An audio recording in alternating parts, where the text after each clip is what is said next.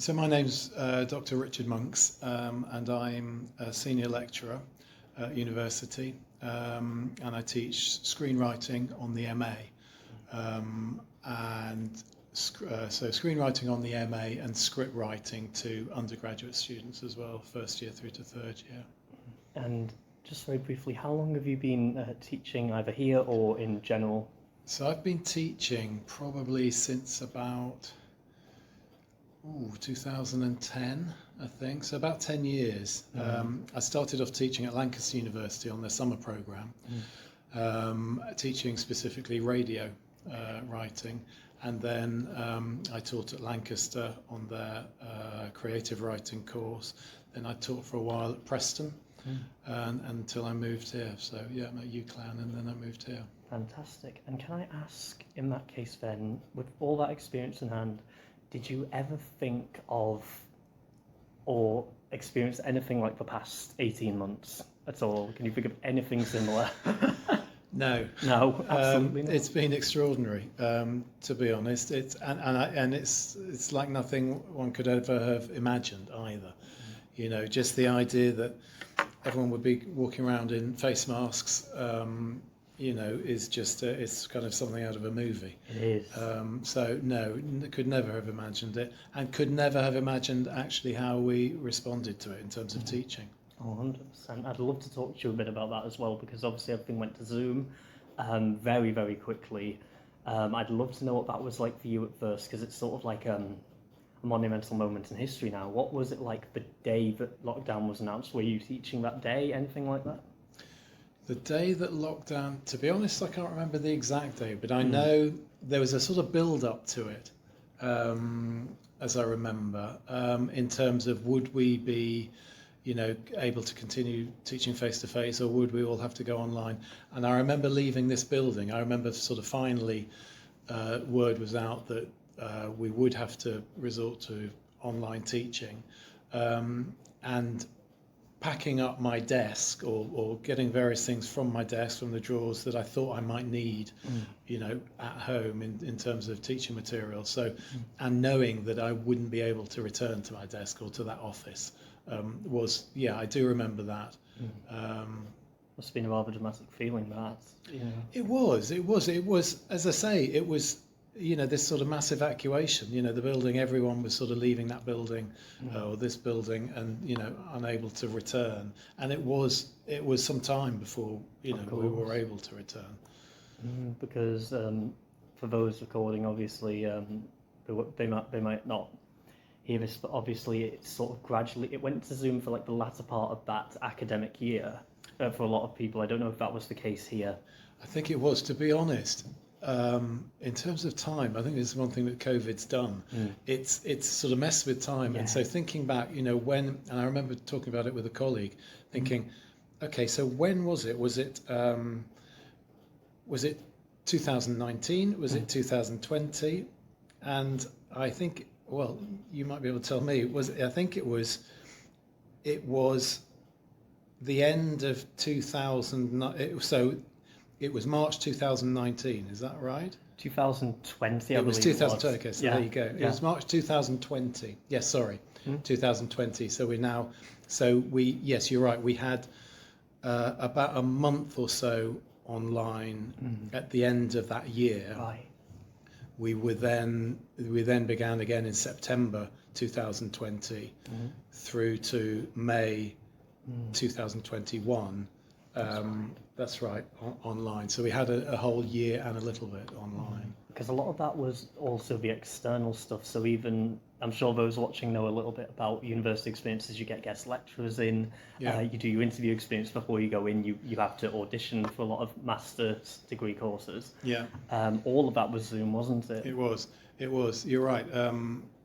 So yes, I think because for the MA here, we interview in two sessions, one in February, one in May. So the February candidates who had applied, we saw face to face.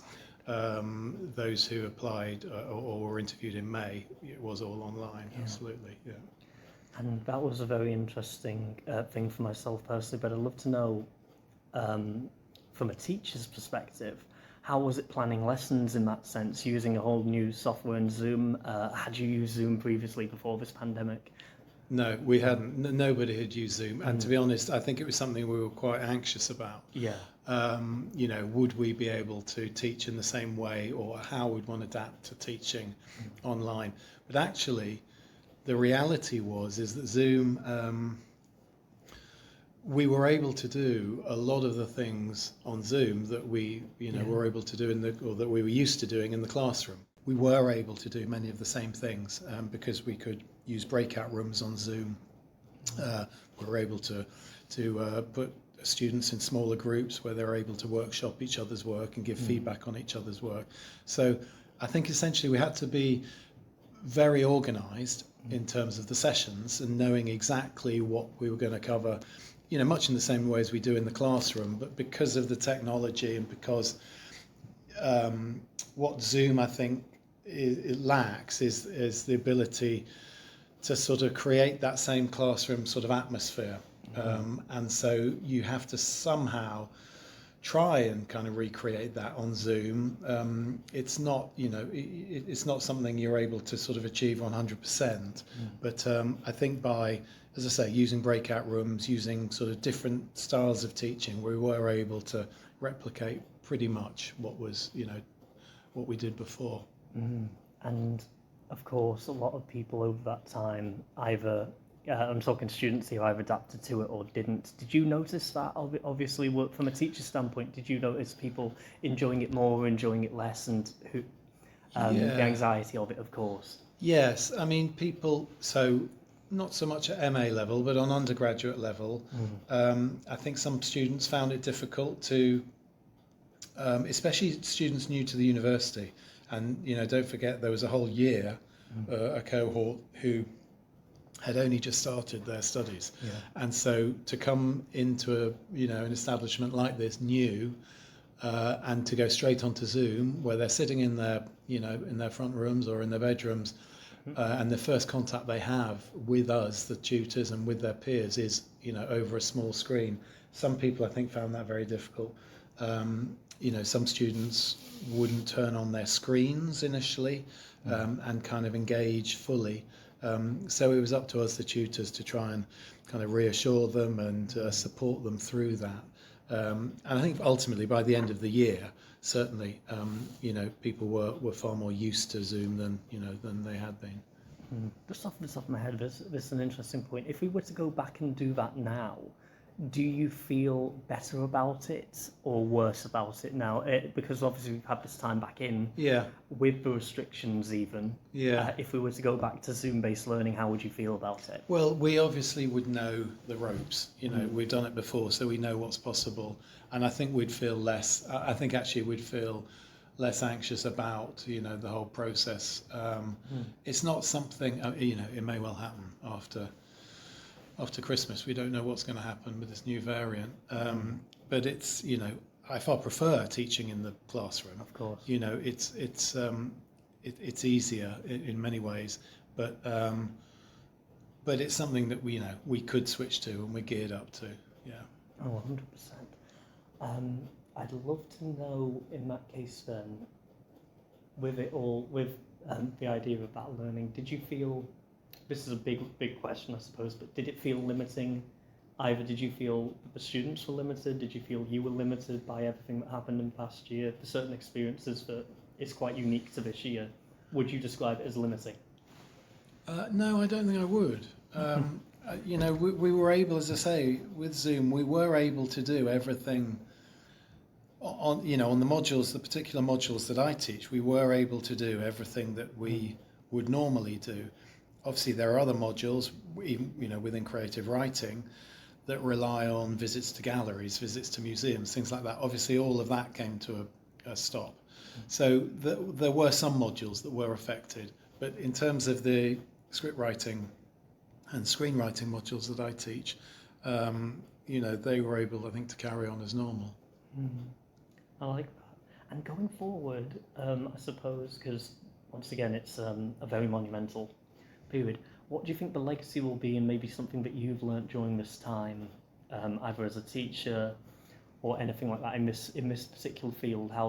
What do you feel the legacy is of the pandemic era, I suppose?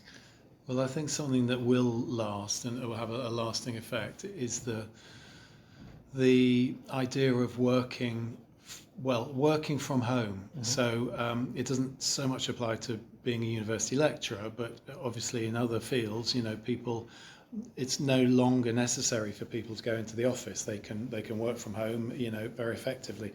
And one thing that I think will change, you mentioned guest speakers before. We have a number of guest speakers sort of throughout the year on the different modules, and whereas in the past they've come into the building and we've invited them in, even if that means coming from far afield and putting people up in hotels or whatever.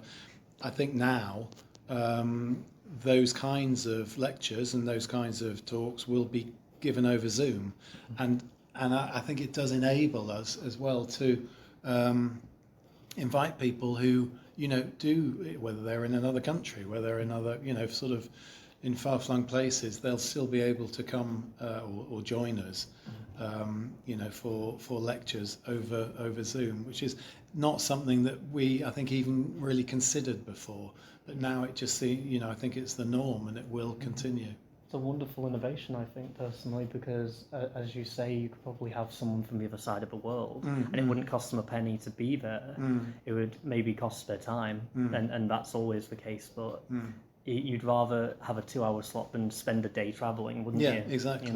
I think people are much more likely to agree to giving, to giving their time if they don't essentially have to leave home. Okay, so I've been teaching now for 22 years, and I currently work at a university centre, which delivers university courses in creative arts. My area is moving image production. So basically video production course, and we do stuff like making videos, fictional, non-fiction, documentary, news, and also looking at the whole process of it through script writing, through production, into post-production, and into exhibition. So we look at the whole process with real strong links to industry. So that's kind of what we do. So something you'd agree is very important to be a physically taught course. And something that should be face to face, right? Absolutely, yeah. I mean, we've got a small studio here, and I do encourage students to go out and about. I'm not really a fan of being completely studio based. That said, even though my students tend to have a lot of independence and they go out filming on their own, there definitely is a need, I think, for class based lecturing. I think in the early stages, actually showing how to use the equipment and how to edit and such, and also working in teams, getting people to work in teams, getting to work with people perhaps they've not worked with before, workshops and things like that. It is a very hands-on course, and it's advertised as such.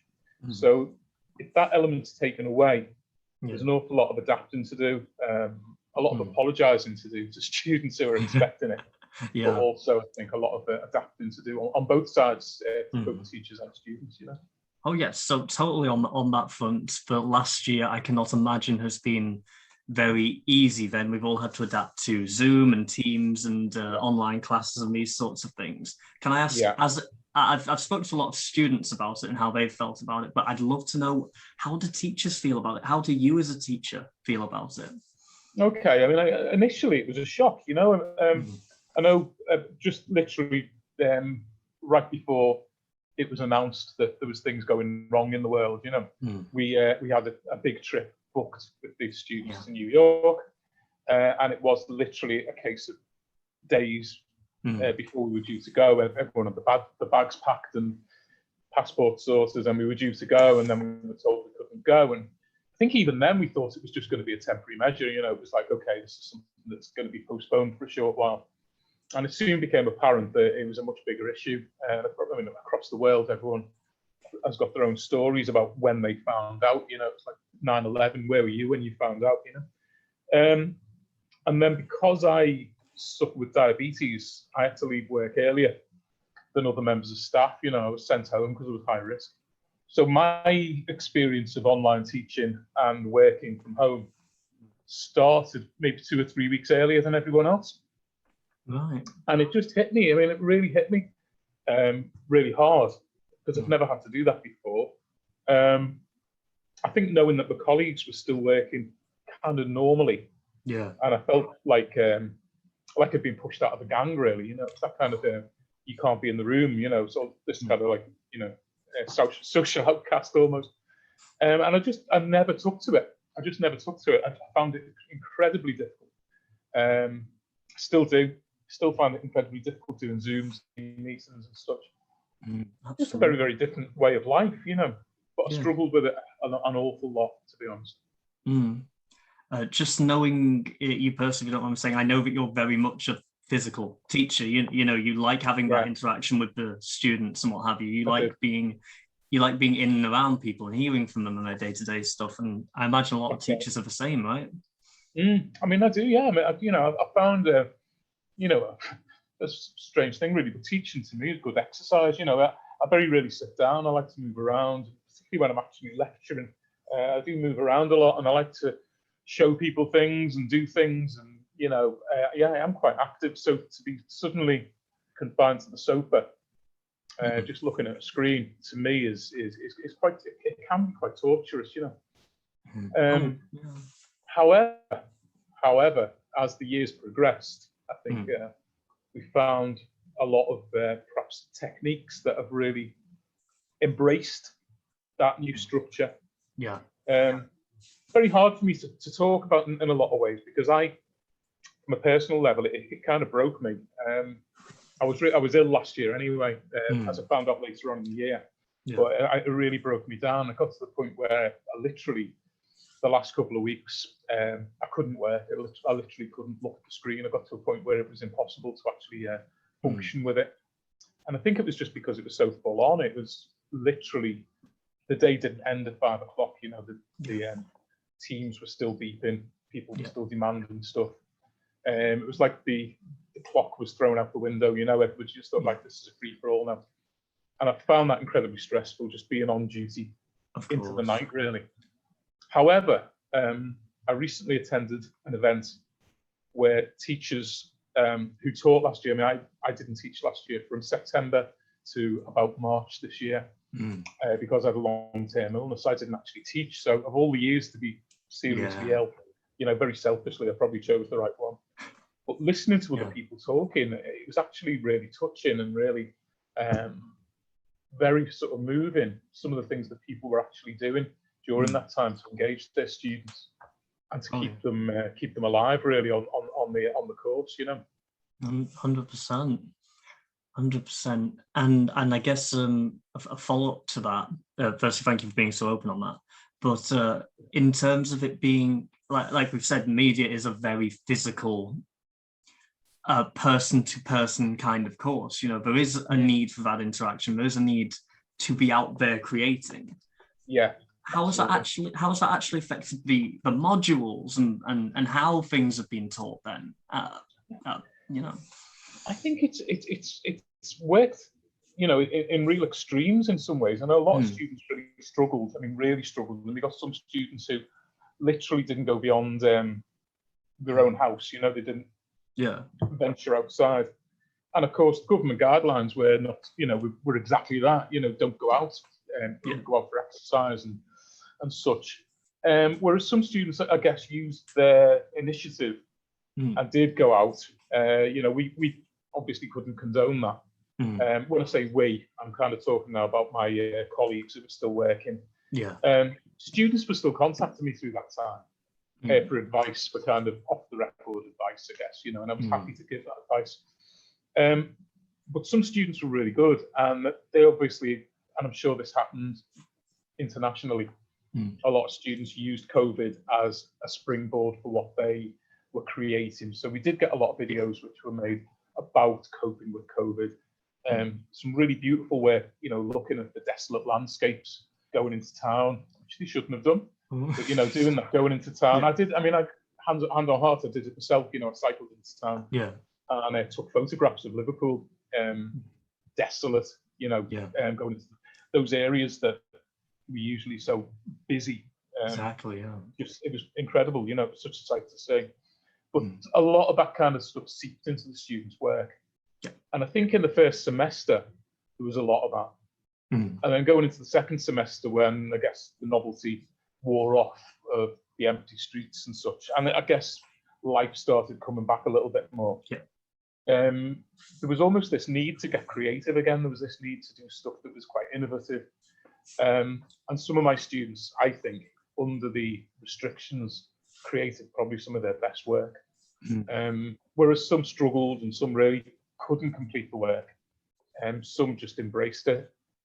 And I think learned how to work alone as well, or in, film crews of like 2 or 3, which I think, I know yourself, Josh, I mean, in the final year that you did with us, there was the group project at the end where you were meant to all pull together and work together. And that, I guess that hit you because that was when COVID was announced around that time, wasn't it? Absolutely. So for that one, it was a very happy accident, this, but mine was set around one person in his house filming vlogs. And that was before COVID hit, actually. So luckily, there were bits we couldn't film. We were going to have the character go to parks and go out to town and things like that. We couldn't do that particularly, but I was able to get my friend, because he lived in Manchester, so I couldn't be there for some of that filming. I just had to go, here's a script, here's your phone, go and do it. And in the end, it actually kind of worked for what we needed. But I know other people on the course particularly wanted to film in particular houses and quite big, grand locations. I think they really did get hit hard by this. Yeah, absolutely. It's really interesting though, isn't it? Because it does give people the option. It's kind of almost forcing them into places where they wouldn't normally go. Yeah, exactly. And finding, I don't know. I think it was a very creative period, which I don't think we expected. I think I remember asking those questions at the start when it all came in. We were asking, our kind of management and whatever, how are we going to do this? How on earth are we going to do this? Students haven't got access to equipment. Yeah. And I remember in the early stages, I was literally going around in my car, dropping cameras off at students' houses. Wow.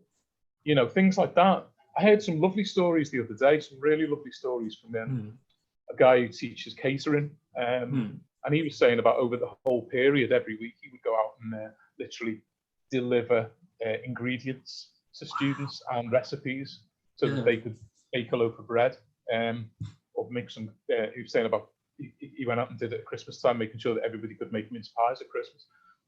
They're really heartwarming stories, and it shows you, I guess, the lengths that certain tutors will go to make sure the work gets done and to make sure the students don't feel like they've been abandoned, I guess. Yeah. I found that really moving. Definitely. You do what you can. At the end of the day, our job is to make sure that students get through, that they get educated, enjoy it. I think the enjoyment thing a lot of people overlook. But hopefully at the end come out with qualification. Well, yeah, that's it. I feel like a lot of teachers have gone above and beyond in this time. People can have gripes with institutions. People can have gripes with the higher ups, maybe, or how the government is handling this. But I don't think any blame can really be put at the feet of the teachers. Now, we were talking very quickly before this, and you've referenced it there. You went to a sort of convention of teachers, is that right? Where you heard a lot of stories about how other people have been dealing with it in classes and what have you. What was that like, and hearing all those stories? Well, I say, a lot of the time it's quite moving. And to me, I almost felt like a bit of a fraud because, like I say, I didn't really teach last year. I think last year I taught from like March to May, and that's obviously when the teaching finished. So I did about 2 months of online distance learning, distance teaching. But then from September to March this year, I was literally out of action. So I felt like a bit of a fraud, and I felt a little bit like, here's all these people talking about their experiences, and I didn't. But it was really inspirational, and I think the idea of the event was to push things forward and go, well, what have we learned this year? Not like what we learned in class, but what we learned as teachers. How do we carry on using these techniques in a positive way, pushing forward, you know. So things like that one-on-one care, if you like, really looking after the students, making sure that everyone gets back on track, I think is mega important. But also things like new technologies, you know, I think some of the people in the arts department really using kind of video technology that we haven't considered. Using things like mobile phones, you know, so students who haven't got access to cameras can actually use sort of apps on the phones. Exactly. And you've got that, literally got that technology at your fingertips. I was particularly moved and interested by somebody who was teaching students with special needs, basically, who, for whatever reason, still had to come into college during the lockdown, you know. So those teachers are working, they really are the frontline teachers, if you're going to use that expression, who are coming in and trying to, I guess, function as normally as possible. You know, you're working with students who are quite vulnerable, quite emotional, and have got physical difficulties as well. And looking at how those people were working over lockdown was really, really impressive. You know, almost not pretending it wasn't going on. I mean, I don't think anybody was doing that, but trying to keep things as normal as possible. And I think they did a fantastic job at that. You know, I just, you know, I'm on my knees to those people, to be honest. Well, absolutely. Some of the stories I heard about, say, because I know high schools obviously stayed open and stuff during all of this, and hearing some stories from my siblings about what's actually physically been going on in classrooms and stuff. I have to take my hats off to the teachers, you know. Absolutely. Oh, it's incredible, yeah. Like I say, it makes me feel a little bit humble because I wasn't doing it, but not much you can do about that, really. No, absolutely. But we talked a little bit there about technology and video technology and new ways of teaching and what have you. I know we said it's a little alien to us at the minute, but do you think that this will become a highlighted part of learning in the future, even after lockdown's ended, you know? I think so, you know, and I think it's done us a few favours. I mean, the government doesn't really look too fondly on what we do as media teachers, and you know, we're seen as being lesser than some of the other subjects available. But you know, lately, obviously, everybody's had to have cameras in the class. You know, they've been doing distance learning with video cameras, and I think the presence of media, the presence of literally just recording stuff, playing it back, making things available online, has kind of made people realise perhaps that we're more than just about entertainment. You know, it's not just about making stuff for Netflix. So I think with that in mind, that's done us a lot of favours. And maybe we need to start looking a little bit at like gearing our courses towards how to use media in everyday life, not just not just for entertainment. And you know, for the first time for probably most people, you know, what we're like what we're doing now, setting up a camera in your home or in your office space, and broadcasting yourself actually performing in some ways. You know, this is a conversation we're having now, but in a sense, it's going to go online. It's a performance as well.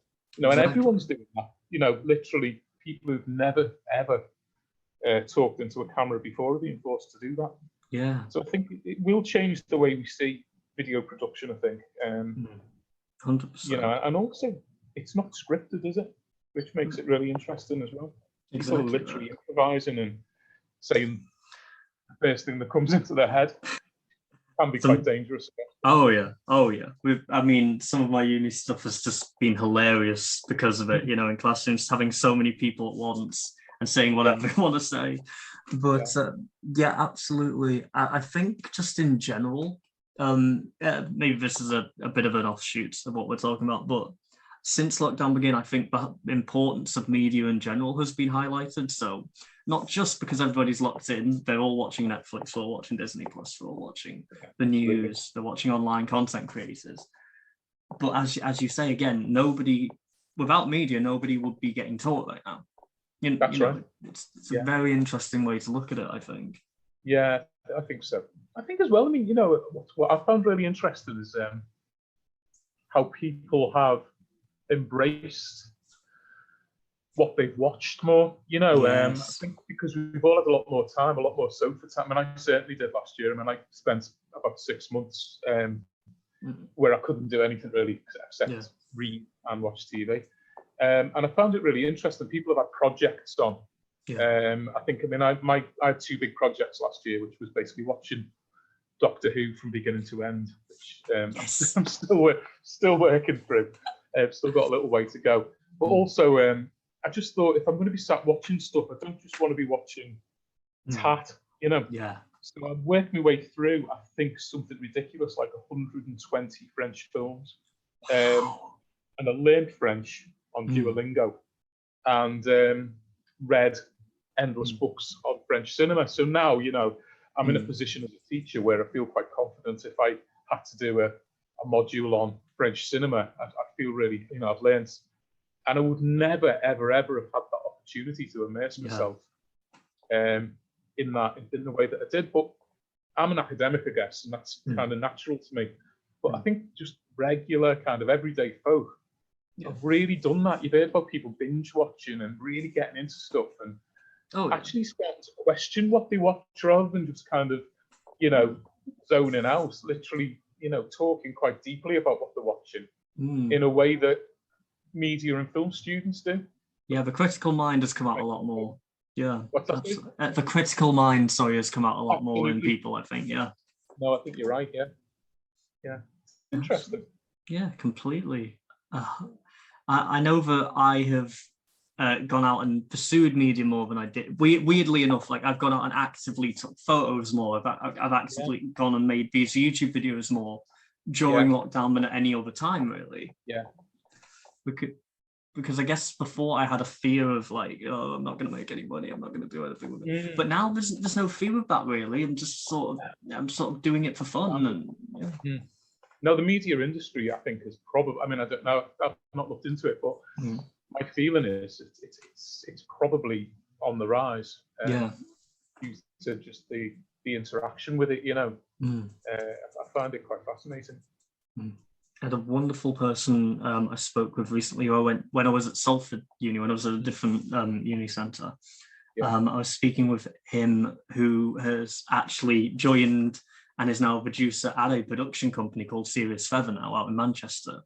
And just hearing about, and his rise pretty much happened during lockdown, which is really interesting to me. Like he was able to work his way up and make a film during lockdown. I don't know how many people can have that much success in lockdown, but that was an interesting story to hear from me on my end, rather.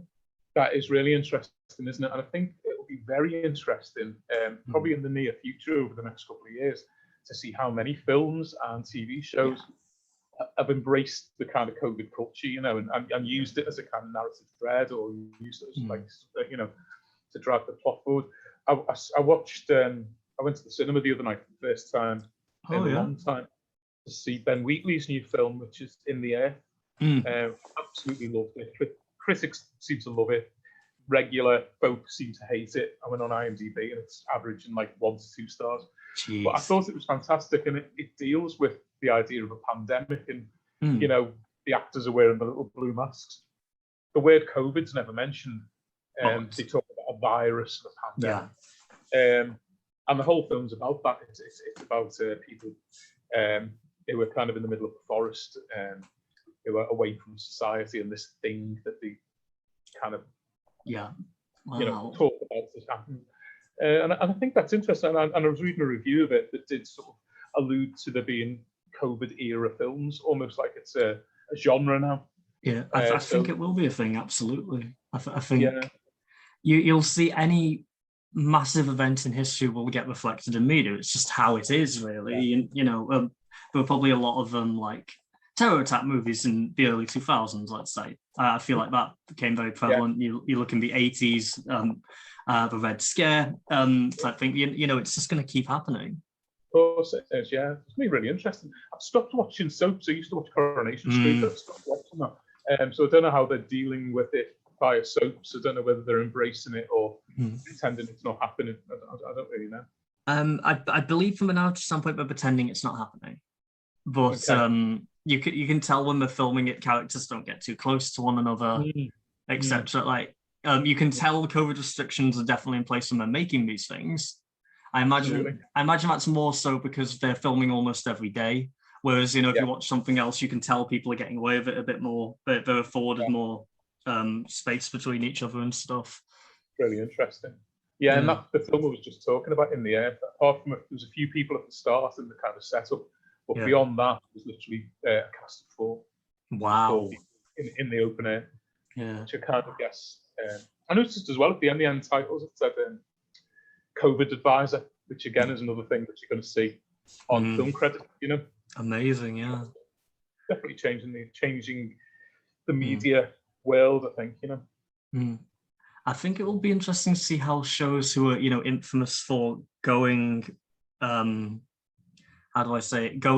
national for filming. Let's say you and I both love Doctor Who, right? And they usually go to like Africa and Spain and all these sorts of places. Whereas when they've been filming this time out, they've got probably the most exotic place they've gone to is Liverpool, right? So yeah, of course. Yeah, so I wonder. Really going to change stuff. Yeah, 100%. And it's interesting as well because as you know, there's a film studio being made in Liverpool at the minute, right? Of course, yeah. How will this affect that one? I imagine it's not going to open during the pandemic. I don't think that's probably on the cards, right? But will that be halted? I know that. Is it Limebrook? A very old film studio in London has recently reopened, but they reopened on the cusp of pandemic happening. Unfortunately, I think it was Limegrove, something like that. I think. Right. Okay, that makes sense. And they unfortunately got hit very hard because they did only just reopen, right? Oh. Yeah. I suppose it depends what kind of stuff you're doing, isn't it? Because obviously programs like the One Show and This Morning, they've had to plough through, haven't they? But it's been really interesting seeing how that works as well. I noticed when I was off work, I did, for my sins, watch a couple of episodes This Morning, and it became clear that the presenters were kind of going in early to do their own makeup and things like that. Yeah. Which was really interesting. I guess those things are gradually coming back into play now. They're getting makeup artists back in and such. Yeah. But it's really, really interesting watching stuff and seeing everybody sitting far away, even on quiz shows. And I guess everyone's just had to do things differently, haven't they? This is such a strange parallel to make, but you'd hear about in World War One or in World War Two how people would go about their lives normally, even during bombing raids or anything like that. You'd see people would just carry on, and I think that's exactly what we're seeing here. It's interesting that, isn't it? Because about sort of 10 years ago or so, there was that whole craze of keep calm and carry on, wasn't it? On like mugs and t-shirts and tea towels, and it kind of almost came too soon. It got kind of cliche and disappeared, didn't it? But it would have been such a strong message if it had just appeared now, really, wouldn't it? I don't think it came from the word, isn't it? But no, absolutely. And there's always going to be something that drastically alters our ways of living. It happens all the time, really. This has just been on the grandest scale of them all, and it's been interesting seeing who and how it's been dealt with, and again, media has been the most interesting one for me to watch generally, because that's my background, that's your background, No, it's a fascinating era for sure. 100%. Such a strange thing. Again, from my personal view, it's the only shame for me is it's cut short a lot of working relationships, cut short a lot of time working, because obviously the last time you saw me was probably about 3 months before we were meant to end our course. Is that right? Yeah, that's right. Yeah, and it's quite heartbreaking, because I know you came late, and obviously only got the few last year, but some of the other students in the group have been teaching for the best part of 4 or 5 years, and it was heartbreaking, and also I think what really, really upset me, I know they're trying to make amends now, and hopefully we can do this, but was the obviously the cancellation of the graduation ceremony, which was heartbreaking. I mean, to me, some of those students who were in your group, started at level 1, level 2, You know, never imagined that they'd end up, you know, doing the whole cap and gown thing. And I think I said on numerous occasions that that would be one of the proudest moments of my life. Yeah. So I'd nurtured through right the way through those levels to degree level. And it didn't happen, you know, and it was genuinely heartbreaking not seeing that happen. And I know they're now trying to make amends with that, and you know, saying that you still have the opportunity to do it. So I'm going to urge people to make sure that they actually do that, because it's such a big part. It's like you know, it's like getting through to the World Cup final and not scoring a goal, isn't it? You know, Exactly that. Yeah. Just not getting that final step in. Yeah. So yeah, you're right. Getting things cut short is it's not good. It's not good. Lots of unfinished business, you know. Oh, 100%. And for another example, I will keep using myself because I'm vain like that. Right. John Moore, it's the university I'm at right now. I'm sure they don't mind me mentioning the name John Moore's. No. I haven't actually stepped foot in there yet. Really? I've completed my first year now, Wow. and I've not actually been able to go into the building just yet. That's tough. Yeah, We did welcome us back in. Our students back in for the last few weeks. Oh, really? On a very kind of limited basis. But of course, our class sizes are so much smaller. Yeah. So, you know, we could do it. We could have a, you know, this room I'm in now is quite a large room. So if you've only got like 6 students in, you can still easily the social distancing thing. But I guess in a centre like yours, it's so much bigger, isn't it? Completely. And I think when you're on NAs and that, you get a lot of tutors who don't actually live in the same city as the university. So, for instance, I believe my tutors don't actually live in Liverpool, from what I remember. Right. So even them getting in would be a risk on its own, you know. Absolutely, yeah. I think that's still a thing, isn't it? I think here, there's certain lecturers who are going to still finding it difficult to get in for whatever reason. Yeah. You know, it's just hoping, you know, come September, I'm just hoping that we get that normality back, you know. Oh, completely. And it's looking better, isn't it? From what I've heard, like everything that we've been told so far is September does look to be more normal, and I do wonder what was if. I know that we're meant to be like completely out when we record this. It's we're told 4 weeks. That could be completely different by the time this goes out, you know. But by September, you would hope that you'd be able to go back to some sense of normal classes, really. Yeah, absolutely. Yeah, I mean, it's everyone's dream, isn't it? Just to be normal. I know, like my daughter just did the last year of sixth form and just hated it. You know, hated the whole. Just wanted to be in with her friends. You know, you spend the first year making friends and the second year not seeing them, not being able to work alongside them, and not being able to exhibit your work properly at the end. And I mean, same here. Like we would normally do an end of year show. Yes. Which we couldn't do this year. You know, we were literally due to do it on the 21st, but then we went and moved the goalposts again, which is fine. You know, I'm not saying they shouldn't have done that, but it's heartbreaking again, you know, because a lot of students put a lot of work in and no one sees it. But I guess we could probably end up putting it online. I was about to say, it's not my place to say, but I would absolutely look. If it were up to me, I'd absolutely look into like making a YouTube show of it or something like that people can go and view, you know. Yeah, I think we're just hoping that we could invite people in for drinks and nibbles and a night out, you know. Yeah, it would be great. What everybody wants at the moment. But no, you know, once again, kind of scuppered at the last minute. Yeah, Shame. Exactly. But yes, I guess my final question, without getting too much talking about your superiors or anything like that, how is it looking for September for yourself?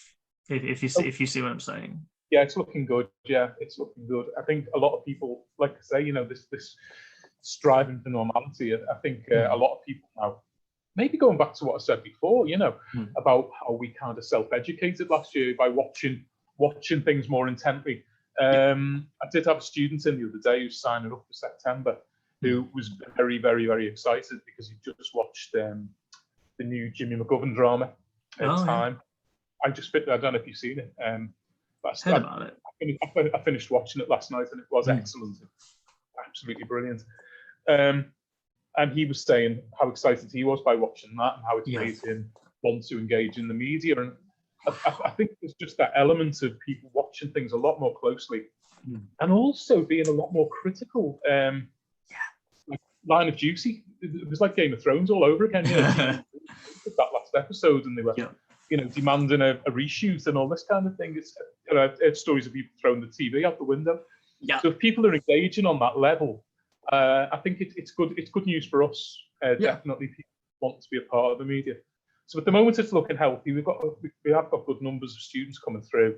I mean, obviously, our arms are still open and we're still welcoming applicants. But for the first time in a few years now, we're kind of seeing a little rise in interest. And I wonder whether it'll be a different type of student that comes in as well. More critical, more kind of immersive. I'm not, time will tell.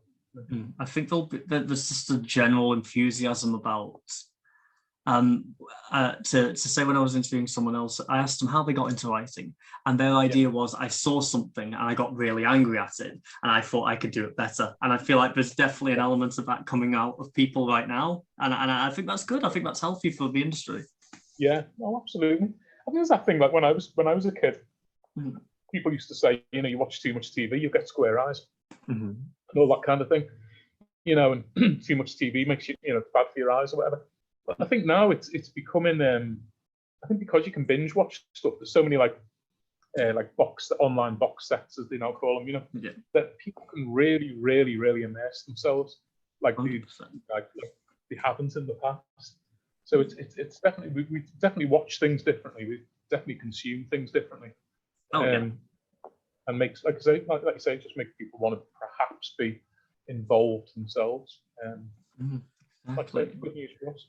And I can only, as a former student of yours, I can only hope that it goes well in the next year. I really hope that we get back to something, some semblance of what we had when I was there a couple of years ago. Yeah, because it was good, wasn't it? I mean, we did have it. It was a good year, and it's a good group. Absolutely. I just really miss that interaction. Incredibly miss that interaction. And again, with your particular way of teaching in your particular institution, I'll call it for now, the small class size, that really helped create friendships, because you were reviewing people's work all the time. You were talking about with like-minded people, and everybody got along really well. And I feel like that's easier in a smaller group, to be honest. Oh, absolutely, yeah. I think that if you a group size of around 12 is perfect, because you've got that kind of you've got enough people for there to be like a party atmosphere. You actually get a little bit of something going, but at the same time it's small enough to give people that one-to-one tuition. There we are. Incredibly important. That's not to dismiss other centres or whatever, but for me that works really well. Yeah, fantastic. Really can't wait to see how it goes in the next year. And thank you so much for being so generous with your time today. Absolutely, no, it's a real pleasure. Thank you. Hope you get some good opinions from other lecturers and students too. Thank you so much. My name's Matthew Smith. I've been teaching at Hubert University Centre for the past 2 years now. I also teach at Lancaster University as well, which is also where I completed my PhD. I've been teaching there for a number of years now, maybe close to 6 or 7. At Hubert, I teach film and moving image production, and at Lancaster, it's more kind of theory-based film program. Wonderful stuff. And you were teaching about 1.5 years ago in a classroom in a particular week where we all got put into lockdown. How was that for you?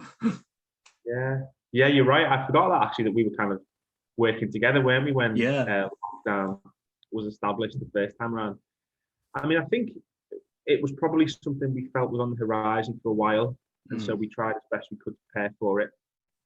And we knew that there would be some online learning to do, although the contours of that were at that stage, I think, unclear. No one knew quite how it would work. As I say, we were relatively well prepared, but it wasn't until we actually were in an online classroom environment that we saw what some of the issues were going to be and some of the kind of problems that we confronted were. So, I mean, I think it was exciting maybe at the start, in some strange way, to be doing it in a different way and to have to adapt to that. But very quickly we started to confront sort of big and small issues. Absolutely, and because you are doing moving image production, that is what you've been teaching. I can imagine some of the issues would have been equipment, actually getting places to film, etc. Right? Yeah, I mean, it was an impossibility. I think to work practically with the students was just not possible. And then beyond that, to try and find, particularly this year, to try and find places willing to let us film. Particularly we've got a third year final film, which are kind of large scale projects that are spread across 12 months and require students to go and find actors to work with and locations to shoot on. It's just not been possible to do it in the same way, which has meant, again, we've adapted in some interesting ways. There's been interesting work produced, but also, it's just limited what we've been able to do as well. Oh, absolutely. I'll only dovetail to the story of when I was at this institution, when I was there. We'd been filming our short. We were doing our final projects ourselves, weren't we? We've been doing filming for our short films, probably starting that filming process around the December, and then by the February-March time, we were in lockdown.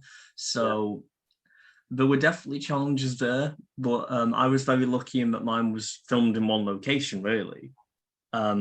So I think mine probably came out best for wear out of all of them, but I know other members of the class say we're going to film in old houses and on public property and these sorts of things, and I know that affected them massively. Yeah, absolutely. There was a number of really elaborate ideas, and like you say, we last year, it's hard to sometimes remember the timeline for all this, but we last year were in a position where sort of December time, everyone was ready to go and film and had, as I say, quite elaborate project ideas. And then, come January, February, it was just impossible to go and do it. So like you say, your project wasn't too badly affected, but there's lots of other people who were just kind of left up the creek a little bit. That's exactly. And I think one of the things we found this year actually is that we've obviously been aware of what the limitations are going to be, and we've planned projects around it that can be shot in one location, and with very few actors and very little equipment and that kind of thing. Good stuff. That's been very interesting to see and hear, speaking to other people as well, planning with this and finding a way around it, because as we know as creatives, the best thing you can do is give people limitations. Absolutely. Yeah, I mean, it's certainly been the case for us this year. Like you say, having those limitations sometimes creates boundaries in which people can find interesting solutions to make the films they're interested in, and we've seen a lot of that this year. But at the same time, there's I think so many kind of auxiliary considerations as well with regard to just how you go about doing health and safety checks, and how you go about making sure that the people that are involved with the project are all kind of able to be there and be involved. So it's been difficult, but as you say, I think in lots of respects there's been some really good work produced as well. Well, that's fantastic to hear. And we are coming to the end of, I suppose, our first full academic year under the lockdown restrictions and what have you. Yeah. How has teaching been in this past year? Have you been? You're clearly in a classroom right now. Are you? Are you? Or I'm at home now. You're at home right now. The wall looked vaguely familiar. So. Have you been back in the classrooms at all? Have you been teaching from home for the most part? How has it been divided up for yourself? So Hubert has worked really, really hard to get people back in as much as possible. What has been offered by the institution from the beginning is the opportunity for people who don't have the equipment at home, lecturers who don't have the equipment at home, to go in and lecture from university. That's been available for the most part, apart from when lockdown was quite strictly. So the situation we found ourselves in is essentially everyone's been working via Teams, online, and aspects of that work I think really well because it forces people to collaborate at times. So this might sound counterintuitive, but it's often easier, I think, to sit silently in the classroom than it is to sit silently in a small group on Teams.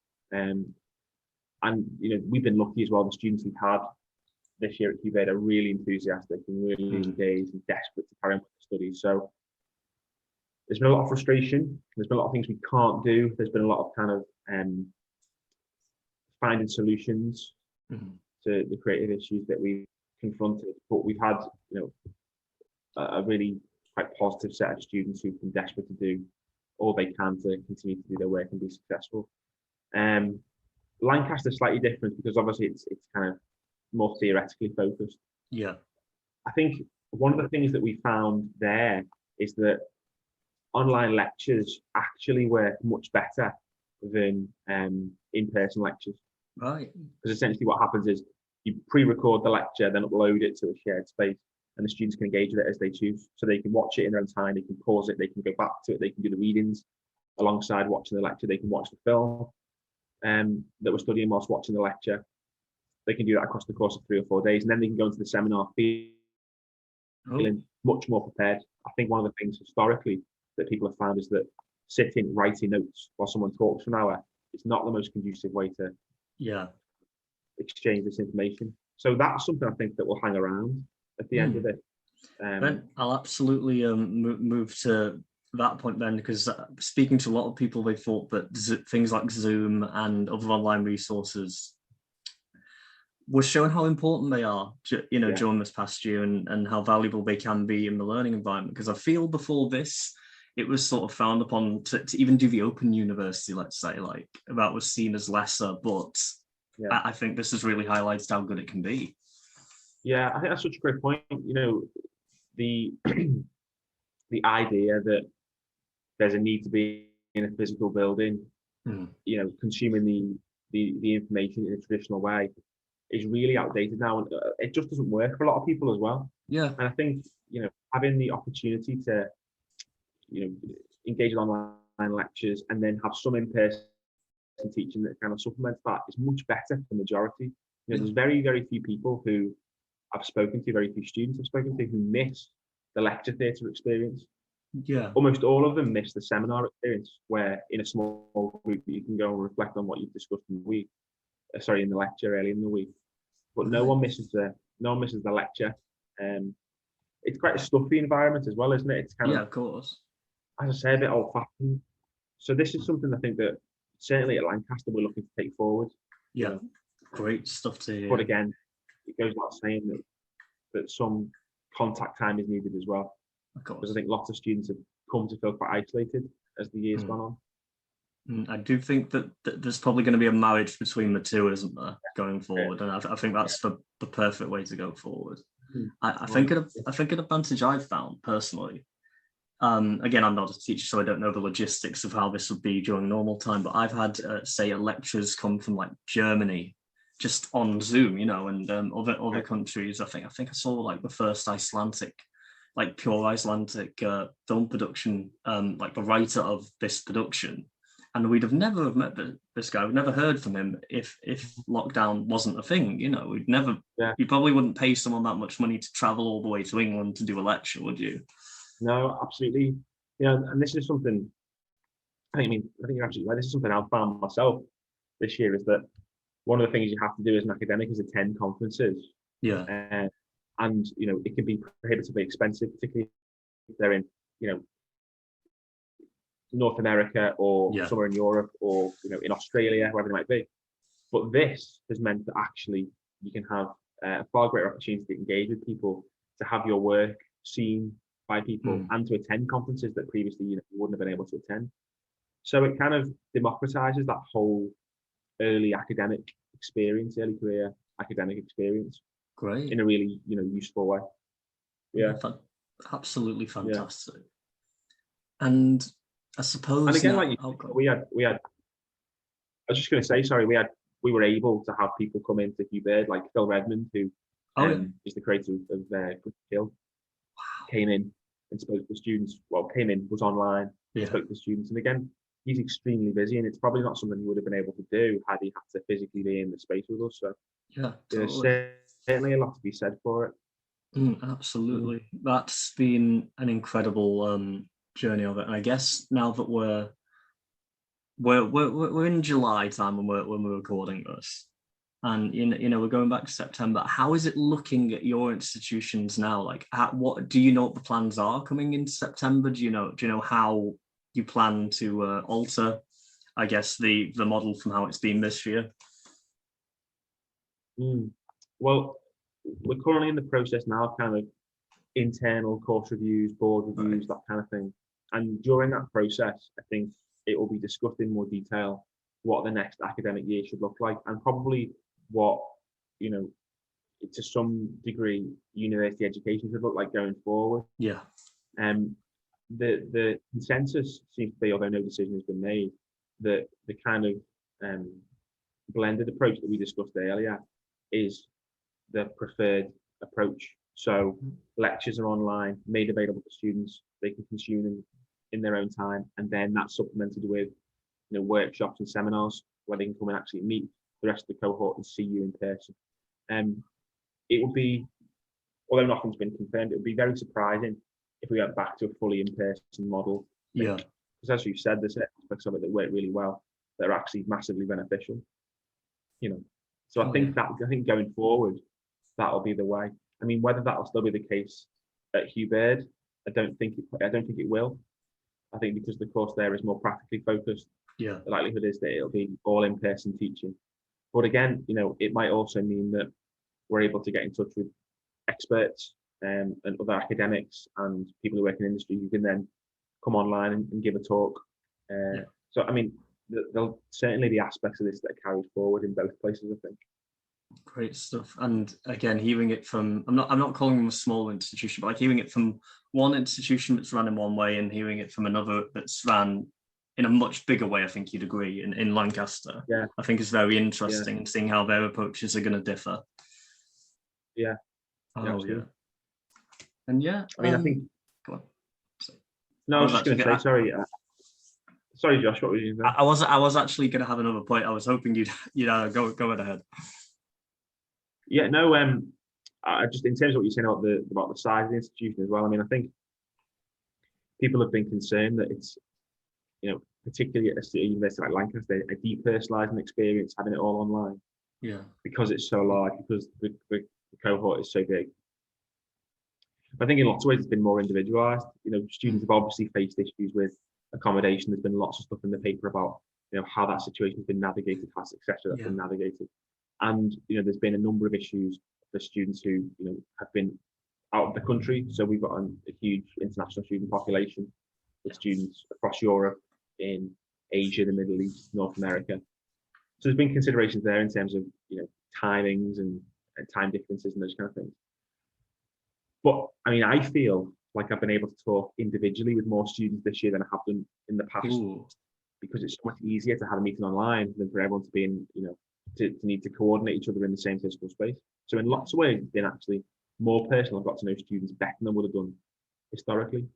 So again, there's lots of things to take from this, I think, but nothing replaces that in-person experience as long as it's supplemented correctly by the online. Exactly that. And that's really great for me to hear, because there's been elements of this that I've really enjoyed and there's been elements that I haven't enjoyed. And moving forward, I would like to see elements of both. So that's really refreshing to hear. Great. Yeah.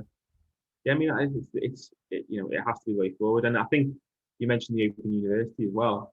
As we move into a period where there's lots of questions raised about the functionality of higher education, the work of university. Yeah. By, encouraging people to learn online, you create an environment potentially where it becomes more affordable to have a university education. And also maybe we get a little bit closer to the initial intentions of having a higher education system. The idea that people should be able to be educated. It should be for everybody. It shouldn't be prohibitively expensive. You might be able now, well, it might be seen as more acceptable now to simply buy a laptop and do an online degree than it would have done 2 or 3 years ago. Exactly that. And it opens, for me anyway, just speaking to people I know in my family, etc., it opens the window for them to actually want to do it. Because I know a lot of people's fears are actually involved in being in those big learning spaces and being having to go away for a year and all these sorts of things. Like a lot of people have those fears and inhibitions about higher education, and in some ways it's a shame to lose that, but for some that's actually going to attract them to it, I think. Yeah, I think it's a good point. I mean, like you say, those inhibitions and the idea of an institution isn't necessarily in of itself a bad thing. I do think it's important that university has a weight and an importance and a purpose, of course, but not to the extent where it's prohibiting people from, attempting to engage with higher education. Absolutely. And on that note, really, thank you so much for your time. This has been really informative for me, and I just hope that again by September we have something. We know a bit more about where we're going with this, because I feel like this past year has been learning on the job and getting up to scratch. I feel like we're in a good place now. I feel like towards the end of our academic year, we've all, wherever we've been, we've actually come to terms with this really well. And you can't commend teachers enough for that as well, Yeah, I mean, I think, just the final thing to say is, well, it would be a shame, wouldn't it, to have spent, 18 months understanding the technology and figuring out how to best use things like Teams and Zoom and Panopto for kind of lecture software, then just discard it all and to not kind of use that resource. So yeah, I mean, as you say, it would be, the ideal would be a blended approach, I think, that accommodates all the kind of innovations we've seen this year, whilst also staying true to the kind of collaborative nature of university.